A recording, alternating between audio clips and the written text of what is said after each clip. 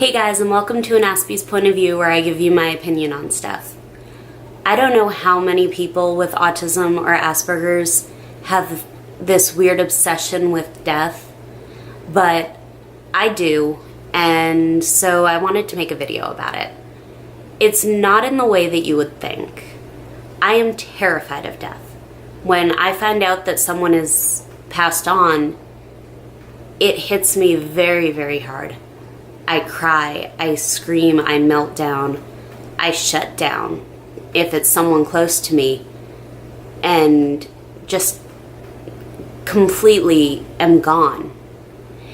And yet, ever since I was little, I found myself wondering what death is actually like.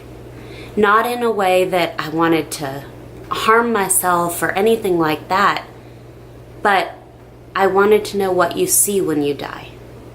I wanted to know what it felt like. And I think it's because my brain is so logical, and if I could put logic to this idea of death, it would make sense to me and I wouldn't be so afraid of it. And so I went through many stages with death. I believed that if I blew bubbles up towards heaven, that the bubbles would turn into balls and my family members would be able to play with them.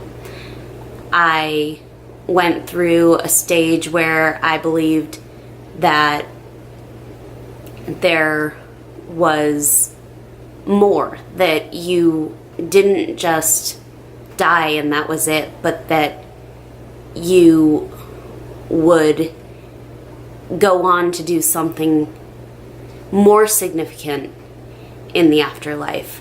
I still am in the phase where I believe that you get guardian angels and that they send you signs and hugs when you need it, and they visit you when you really truly need them. But I still haven't figured out what you see. And I tried to compare it to sleeping, but when you're sleeping, you're dreaming. And I just can't figure out what a brain that is not doing anything, what would happen? Is there anything or not? And I think this hits home so particularly hard for me right now because as I'm filming this, it's about to be the anniversary of the passing of someone very, very, very close to me. And I actually will admit I had a bit of a meltdown about it earlier tonight and was crying and just couldn't hold it in, and I had to have a good meltdown. I had to have a good cry and get those feelings out, because the day that is the anniversary of her passing, I'm actually going to be working at least 2 of my 3 jobs, and it will not be a good time for me to grieve. But because of that, because I'm, I guess, more predisposed to the idea of death at this time of year, I have been thinking about it a lot. And I still am looking for that logical answer that's going to make me not afraid of it anymore.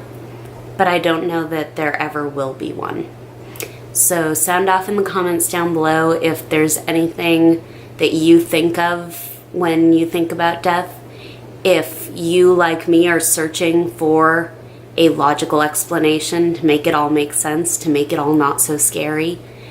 And, maybe we can all help each other. So until next time, this has been an Aspie's point of view.